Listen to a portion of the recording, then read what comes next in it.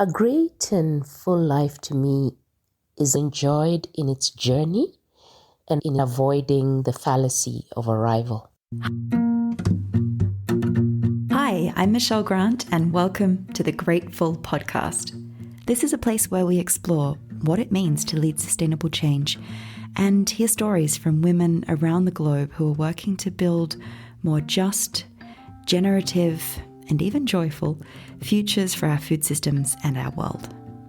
That voice of wisdom you heard at the start of the episode was Liz Ogutu, and I'm really pleased to have her as the guest for this episode today. I first met Liz about a year ago when we were both invited as speakers at a leadership forum, and I thought she had so many deep and wonderful insights to share that I invited her onto the podcast to chat further with me. Liz is the Policy, Advocacy and Regional Coordinator for Africa at HarvestPlus.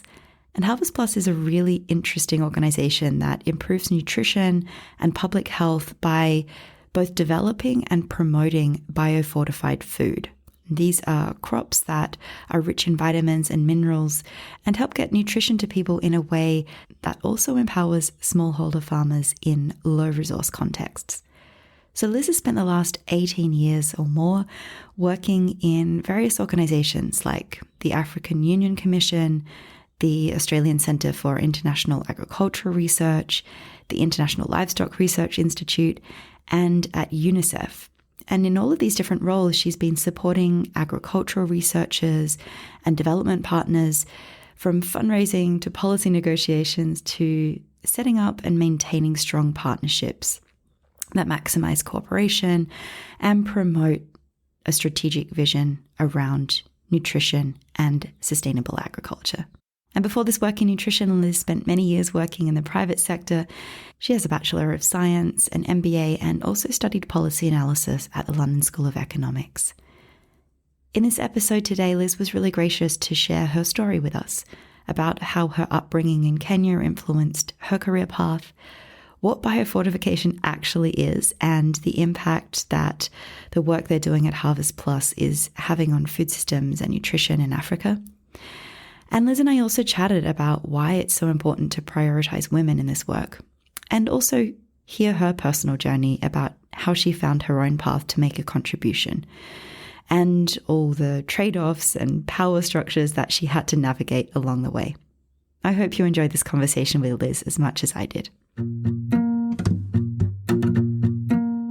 Well, I was interested today to hear a little bit more about your upbringing and how it's led you to or influenced the work that you do at the moment. Thank you so much for this wonderful opportunity to share my story. I can say that being raised by a semi-single mother, and I use semi because she wasn't technically single. She was married. I had my father, but he was sometimes absent. But looking at her struggle in terms of depending on my father for various things here and there, I knew that I had to be independent. And it didn't really matter what I did, as long as I could pay my own rent, buy my own food with money I was making. This is what drove me initially as I started off my career. But as I matured, I realized that I cared more about nutrition and what it can do in giving agency to people, especially in low and middle income countries, what it can do to give agency to people both economically and health-wise. And was there a particular moment when you knew that that was the topic you really wanted to dedicate your career to? I guess I stumbled into it. I've done so many things. If one were to look at my background and my career, even my degree, you would never have imagined that I'd be here at this time.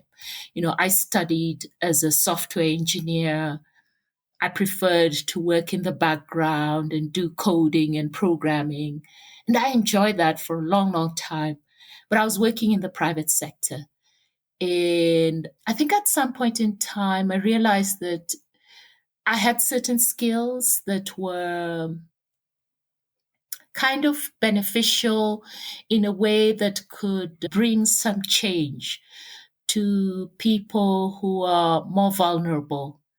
And so I made a pivot into a UN agency, and I sort of decided to start at the bottom again because I knew I had no experience in working for development.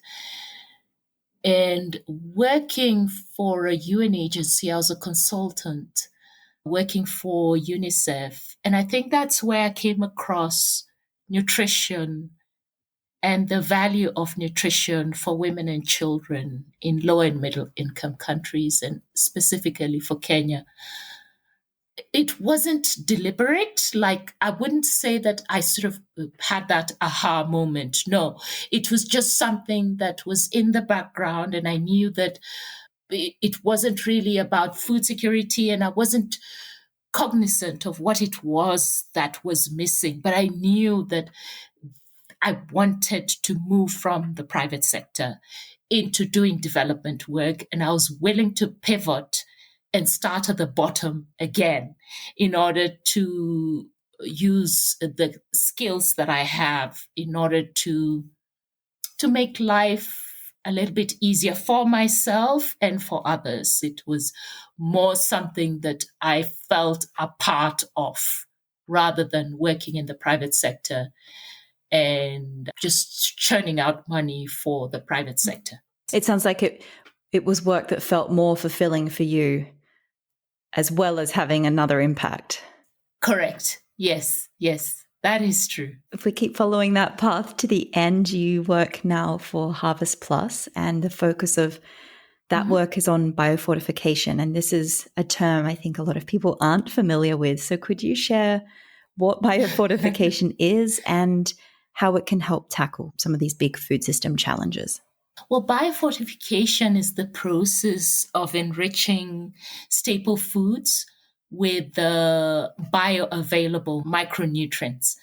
I think the WHO has stated that the most important micronutrients are vitamin A, zinc, iron. So iodine is already enriched in salt, but biofortification takes care of the other three in a way that gives agency back to smallholder farmers. So biofortification can be done through breeding. So my colleagues who work in the science of breeding will breed micronutrients, vitamin A, zinc, and iron into what we call staples that are consumed by people in lower and middle income countries. There's also another type of biofortification, which is known as agronomic biofortification, which is where the nutrients are put in the soils to enrich the crops when they're growing. So it's more about nutrient enriching the crops. So why it's called biofortification, it's because it's biologically fortified rather than industrially fortified. So the crop grows with the nutrients. And when you harvest the crop, when you process the crop, it still has those nutrients. So HarvestPlus, we're all about making sure the right kind of seeds are available, when the levels of the nutrients are what is required for healthy intake and for bioavailability. When the food is processed, the nutrients are still there, that kind of thing. So that's really what we do. And the reason this is good for food systems is because it leaves no one behind. It gives agency back to the smallholder farmer. So they're growing and they're consuming their produce. And so they don't have to go out and look for supplements or fortified foods. And of course, as we know, a diversified diet can be really expensive, especially for poor and vulnerable people, and sometimes it's not available or accessible. So it does not necessarily change what people grow and eat, but it just means that what they grow and eat is more nutritious. As we go through the process at HarvestPlus, This has the potential to be affordable and accessible if the technology is available everywhere. But so far, so good. It's still affordable and accessible as long as you have the seeds. So our work is really to promote growing of these crops. And as I understand it, because there are different ways to biofortify, HarvestPlus works primarily through conventional breeding approaches. Is that correct? That is correct. And, it's basically because, especially here on the African continent, there are very few countries that will sort of go for transgenic and crops and things like that. So just to be safe, we just use conventional or what we call classical breeding techniques, which is what has been used and what happens naturally in the wild. You just pick varieties that have higher content and just crossbreed to make sure the varieties that are consumed in certain countries increase their content of either vitamin A or iron or zinc. Basically, that's what we do. And maybe if this sounds very abstract to anybody listening, if you enjoy orange flesh sweet potatoes, that's an example of a biofortified crop, which has a higher level of vitamin A, right? Correct. And so we have the sweet potato, we have vitamin A maize, and we have vitamin A cassava. Those are the three crops that are available specifically here in Africa that have vitamin A. I had the pleasure once of meeting one of your colleagues working in Mozambique who had the most incredible way of promoting your work. And I think that's what I've always loved about HarvestPlus is that's not only looking at the technology, but it's this whole package of how do we also increase acceptance and awareness and understanding of these crops. And so I'd love to see how you always kind of weave them together with like campaigns that help people learn about these things. The lady that I met from Mozambique had, orange flesh sweet potato clothing and a car that was orange and, everything was orange. So I still have a big banner from her at home, actually. Oh, wow. That's nice. That's nice. I mean, we don't do this ourselves. HarvestPlus is just a catalytic organization. We have within what is known as the CGIR, which is a collection of international agricultural research. We have our partners. We have the breeding, what we call the breeding centers. So perhaps the person you met in Mozambique is like a breeder or a person who works in the International Potato Center. Yeah, so we work with the International Potato Center or SIAT or IITA. There's all these acronyms of breeding partners who do the breeding work. And then we make sure that everything along the value chain from seed to plate is all sorted out. That's really why we do what we do, because we catalyze the whole process. It's amazing. Yeah, I often use this case study of the iron enriched beans in Rwanda in some of my teaching. Maybe that's an example you could talk more about, where all of these different actors came together and made sure that, there was a big outreach campaign and it went beyond breeding and into people's lives. So Rwanda happened before I joined HarvestPlus because we reached a point where, if I'm not wrong, the percentage of high iron beans that is consumed in Rwanda is around 20%. I could be wrong. I'm not sure about that percentage, but it's a high number. So at that point, we kind of stopped working in Rwanda because we'd reached more or less the tipping point of where we wanted to reach. But if I'm not wrong, by 2018, we had about 800,000 farming households consuming what is known as the high iron beans. And the high iron beans also, to some extent, some varieties also have high levels of zinc.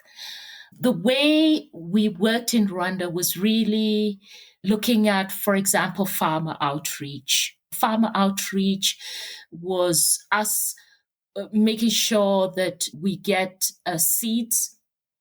We trained sellers to sell seeds through farmer cooperatives. And we also had this really nice, what we call a payback system, through which farmers would receive iron bean seed and then pay back a portion of the harvest back to the program. That's increasing multiplication of the seeds. And we also had something else there called a seed swap, where farmers were given the opportunity to trade their local bean varieties for high iron bean ones. So that was under the seed delivery. Another angle, I guess also in the seed sector development, was to work on bottlenecks in seed supply. Anybody who's worked in the agriculture system knows that the seed supply, at least in sub-Saharan Africa, maybe not so much South Africa, there are bottlenecks in getting quality seeds. So we worked together with the government and with our partner PABRA, which is the Pan-African Bean Research Alliance, which is a program of SEAT, to have a new class of seeds known as declared quality seed, which was sort of a halfway between what we call seed and what we call grain, because ideally people should not grow grain because grain loses all its qualities and whatnot. So grain should be consumed, whereas seed should be grown. So although the two things look the same when you look at them, they're actually two different things. So we tried to put systems in place to make sure that people are not recycling their grain, so therefore they can continue getting higher yields. And of course, we supported consumer awareness, demand creation. We used community agricultural shows as well as creative marketing, radio talk shows, and locally renowned musicians and journalists as spokespeople to help advocate for high iron beans. I mean, all this was under the support of the government of Rwanda that provided an enabling environment through policy and through supporting the work that we were doing. Yeah, amazing. I'm a big fan of the song that one of the famous Rwandan pop groups created about the iron beans. I'll pop that at the end of this episode so everyone can enjoy it. And are there any other stories that have really inspired you in your work with biofortification? Well, not so much specific stories, but I would say, I think the journey that was taken by our founder. Our founder is Howdy Bui. It's a very difficult name to pronounce. Actually, it's Howard Bui. So we call him Howdy. Now, Howdy is an economist that worked in IFPRI. And I think for him, he came into biofortification from an economic sort of side. If you listen to his story, and I can send that to you later, he will explain how long it took him and those who were willing to take this leap to get to where we are. He considered biofortification as a pro-poor solution in 1992. And it was so difficult for him to convince his colleagues in the breeding centers, the breeders, that you can actually breed nutrients into seeds. And it was until he found people who believed in what he was talking about. That took many, many years. And he was just passionate and tenacious in knowing that this was the right thing to do because it felt like it was the cheapest way to get nutrition back into the plates of rural, poor, and vulnerable people. So I think it helps me to be cognizant of the fact that innovation requires passion and patience. It took him and his team 10 years from 2003 to 2013 to get the breeding right. And so from 2003 to date, so we're celebrating our 20 years, we've been now working along the value chain. So for me, this is an inspiring story because it just shows how much you have to wait to get to where you are. And we're still not yet there. The story that makes a lot of sense for me because it just shows how much time it takes to get a good thing going. It's so true. That combination of passion and patience is the secret sauce. Yes. And I like what That's you true. described as, the tide only turns when you find that collective of others who are willing to join the journey with you and walk forward as a team. Otherwise it's hard going on your own. It must have been very difficult for him. And seeing as he wasn't a breeder, he's an economist. It was, I guess, very difficult for people to listen even to him, the other breeders to listen to him. So it took a lot. So what I also find interesting about the work of Harvest Plus is this prioritization on women. So could you share a bit more about what that looks like in practice, any specific examples of how Harvest Plus prioritizes women in its work? Yeah, prioritization of women, it takes different forms, and it requires us to be very deliberate in how we design our projects and how we design our programs.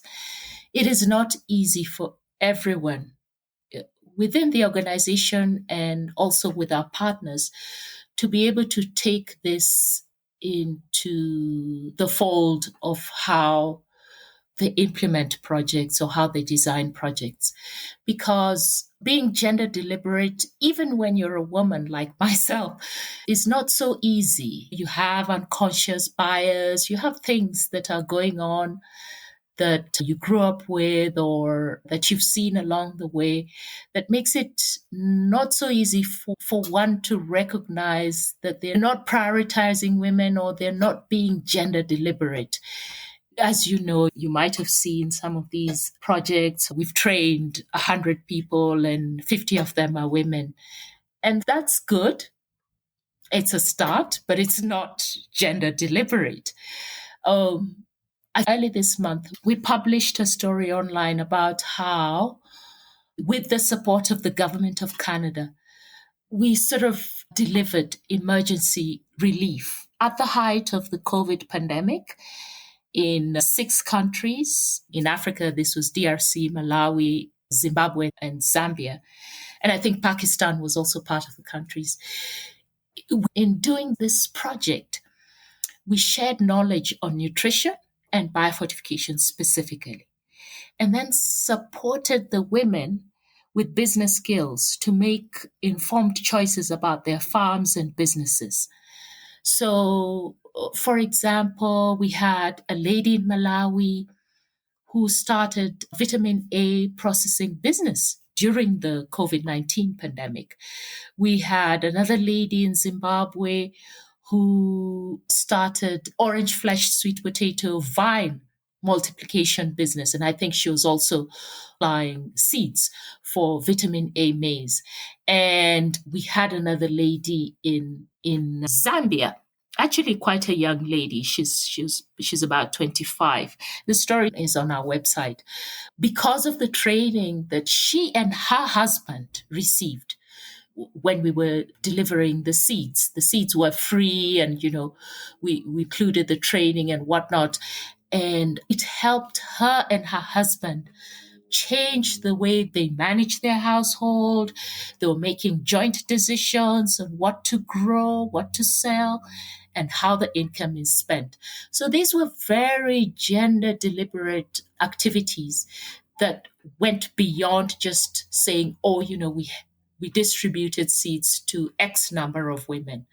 That's an example. And I mean, there are many other examples that, of course, can be found on our website where we're very deliberate in how we design the project to empower the women in order to be able to make informed choices and to change the way in which they feed their families, they run their households, they work with their husbands and families to make the whole household more nutritious, so to speak. So I would like to shift gears a little bit and talk more about your personal story. A lot of the people who are listening to this podcast are very interested in sustainability and food systems, and maybe some are trying to kind of work out What's my role in this? What contribution can I make? How did you go about working out what your contribution is? Oh, it took a lot of stumbles. And as I said in the beginning, I wasn't aware that I was making these choices.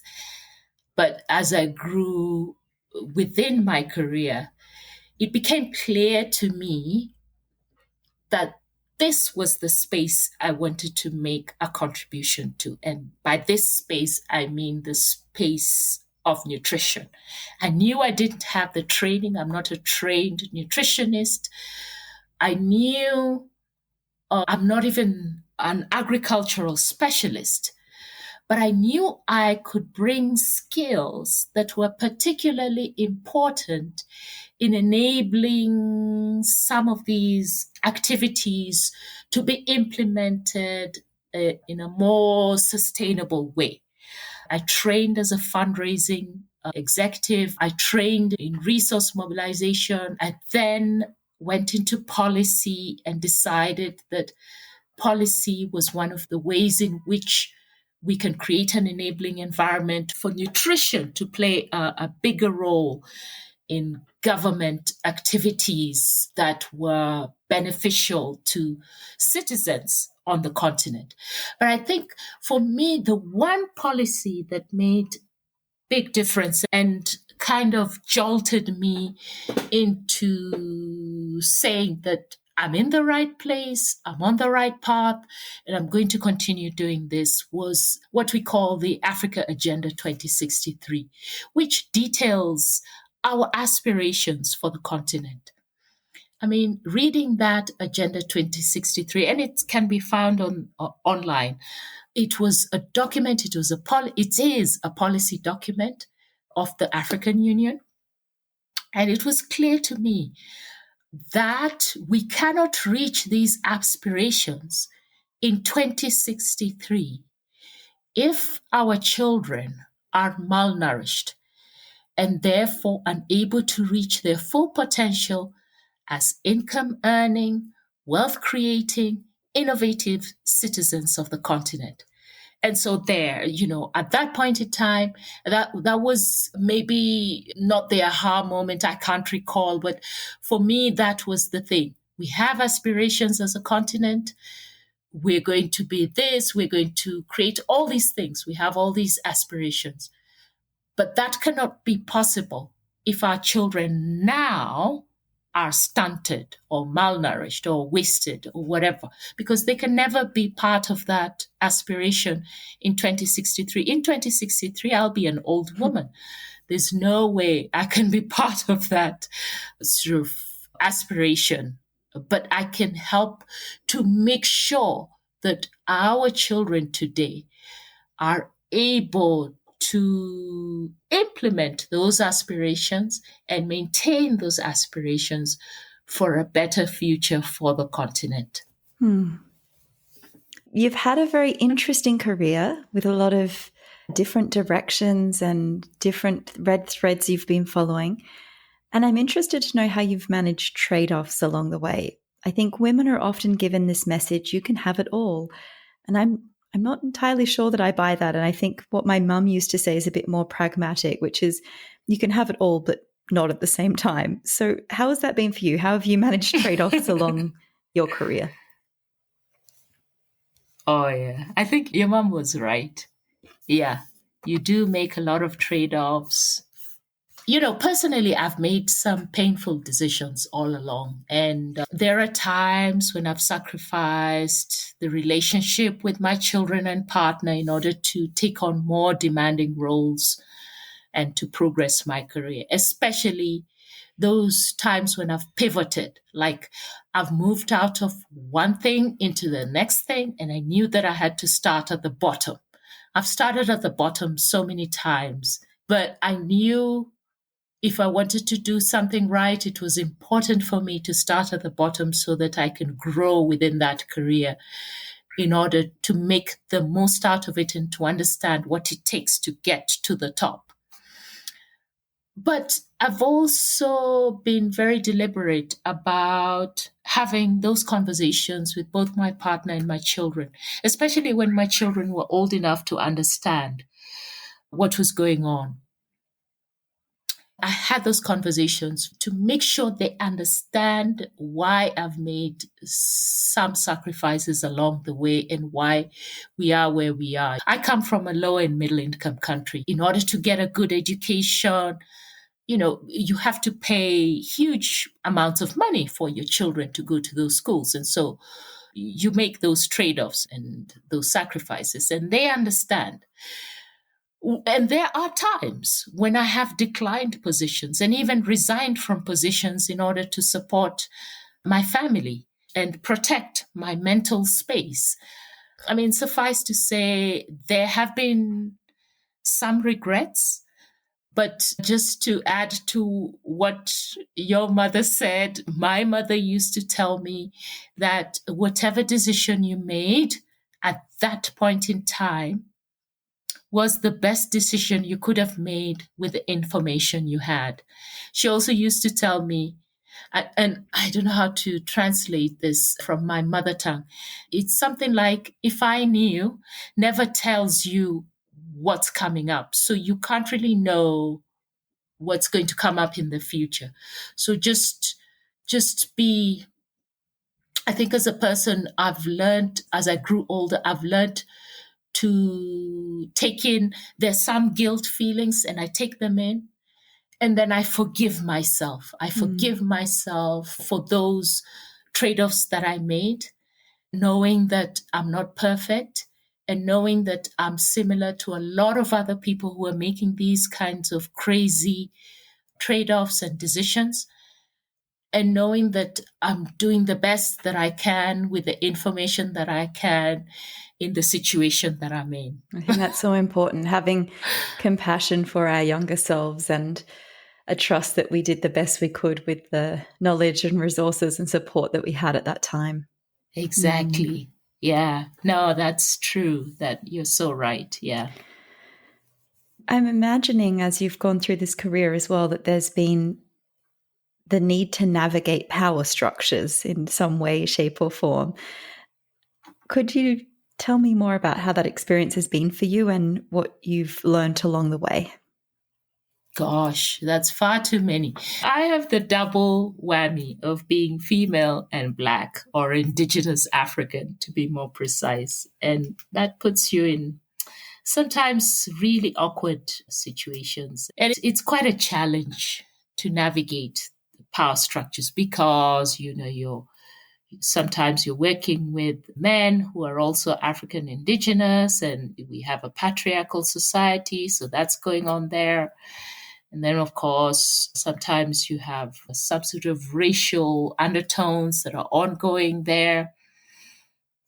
And when I was younger, I swallowed a lot of pride, and I guess I behaved in quote unquote complying manner.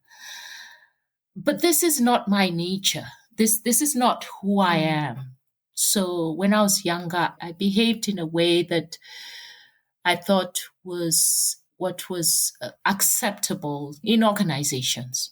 So there were times when I felt I've had to do something that I'm not comfortable with because that's the only way to move ahead and get ahead in my career. But one or two times when I was younger, I just leveraged my skills to demand for equity because I think what was important, and I think what is important for everyone, is to understand and appreciate your value at every single time. So the times when I wasn't fighting for equity were times when I wasn't sure or I wasn't knowledgeable about my value. But as soon as I knew what my value was, I would demand for equity. I would say that I want to be paid as much as my male colleagues. I want to be given the same privileges as somebody else because I knew that my value was good enough for me to make that negotiation. One has to be able to know when you can do this and when you can't. But as I grew older, I make those demands regardless because I found that I am more comfortable demanding what is due to me based on my knowledge and my value because of the number of years I've been doing this and the variable skills that I bring to the workplace. B, I have learned where to identify and how to use my allies to support me. So I pick people that I know within the organizations, either in positions, mostly in positions of power, who I know will be my allies. And these allies are sometimes male and or female. And then most importantly, I've determined when it is worth and when it is not worth to demand equity. There's some things that as I've grown older, I'll just do what I have to do. And I wouldn't bother so much with all these other things because, there was that triangle, Maslow's triangle. I feel like I've reached a point where what I do has become more important than a lot of other things. And so I'm able to be comfortable with where I am at certain points in time. Yeah, that's really how I negotiate those kinds of power structures and navigate through my career. I think you've described beautifully how, as we age and develop wisdom, our appreciation of our own value grows. Aside from waiting for age to do its magic, what else do you think people can do to help themselves appreciate their own value, particularly when they're facing complex power structures? Yeah, it's really going back to that thing about what your value is. And, self-actualization is really important. Self-actualization, self-knowledge, self-knowing what you're comfortable with. I mean, I know that I am more comfortable with what I achieve and my contribution to teams working in the nutrition space. I have finally determined what I do best and how I do it. And I've also managed to inspire some people, not everyone, but some people to be the best versions of themselves, regardless of the challenges they face along the way. But I think self-actualization is really, really important. This is what success should be. Beautiful. Thank you. To wrap up, is there anything you would like to share that I haven't asked you? Any questions you have for me? Really, really grateful to you for the time you've taken to talk to me and for me to be able to also talk to you and discuss some of the things around the nutrition space. I mean, the more there are people who discuss this, the more it will be mainstreamed that nutrition is important and that women play a really huge role in bringing up nutrition into mainstream. Because we're naturally, and I don't mean this in any condescending way to women or anything like that, but at least on this continent, we're more nurturing. We're given these duties to nurture families. I feel like if we use the pathway of women by enabling them and empowering them, we will get a more nutritious future populations because most of the women will be able to provide that nutritious content, knowledge to their children. So for me, this is really, really important. It's important for us to talk about it. It's important for us to play a role in this space because we do a very good job as women in disseminating the knowledge around nutrition and providing that nurturing and nutrient enriching component in households. It's true the world over, if I'm not wrong. Yeah. So I really appreciate the time to talk to me and the time your listeners will take in listening to what I have to say. And I hope and some of it can provide some pathways for some people who are maybe still early in their career in this sort of space. Beautiful. Well, on behalf of all the listeners, we appreciate you sharing your story and your time as well. I think there's so many beautiful insights and things that people will take away from this conversation. So I really appreciate it. Thank you. Thanks so much for listening to this episode of the Grateful Podcast. If you liked it, then please go ahead and subscribe and share it with a friend. And I would love to get your questions answered here. So if there's something that you would like answered or explored on this podcast, just send me an email to podcast@thegrateful.com and I'll do my very best to get your questions answered here on the show. Music in this episode came from Blue Dot Sessions.